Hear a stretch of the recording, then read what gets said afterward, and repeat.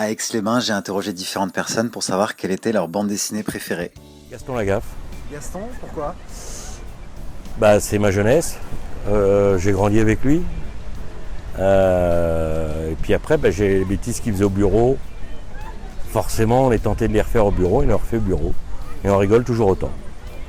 Alors je dirais Corto Maltese. Ça vous rappelle quelque chose? Déjà ça fait longtemps. Enfin je lis pas beaucoup de BD en fait, mais bon c'est le souvenir que j'ai de celle-ci, parce que j'aimais bien les dessins du beau-frère. Et effectivement ça fait voyager. Tintin, moi c'était Tintin. Et moi, c'était Gaston Lagaffe. Je dis bien c'était. Hein. Ça vous rappelle des souvenirs d'humour? Oui, quand il avait sa fameuse pétrolette et qu'elle s'appelait Sa pète au cul, ça me faisait rire. Ma BD préférée de Richel, c'est Amour fragile. Ça se passe entre 1938 et 1945 en France et en Allemagne.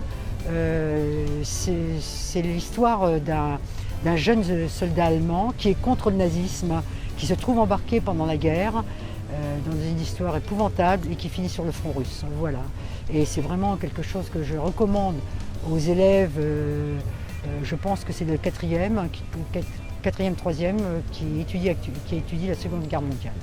Voilà. Alors Tintin parce que ça me rappelle ma jeunesse et ça m'a permis de pas mal voyager finalement.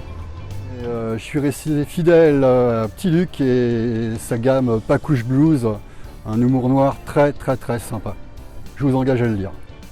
Gaston Lagaffe, et tout ce qu'a fait Franquin en général, les idées noires, etc. Après ça a été Astérix, Obélix, après ça a été assez vaste, hein. Il y a eu les Corto Maltese, il y a eu Yoko Tsuno, non, tout à fait. Il y a eu Valérian, il y a eu beaucoup. J'ai toujours aimé la bande dessinée franco-belge, Lucky Luke aussi.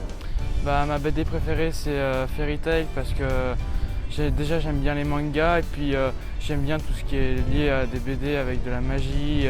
Donc je pense que la BD qui m'a le plus marquée, parce que j'en ai pas lu beaucoup mais ça m'a beaucoup marqué, c'est Lou.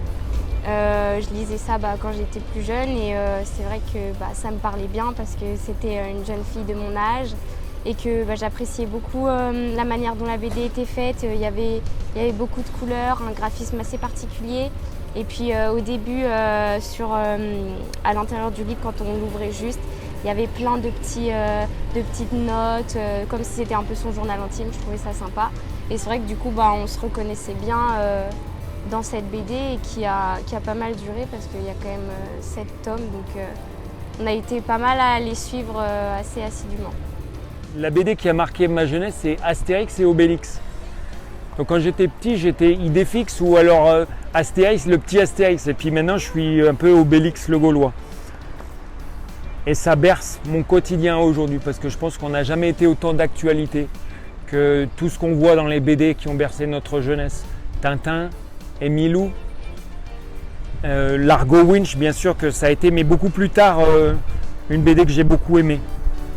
Sinon, il y a eu plein de BD mythiques. Gaston Lagaffe, c'était fantastique.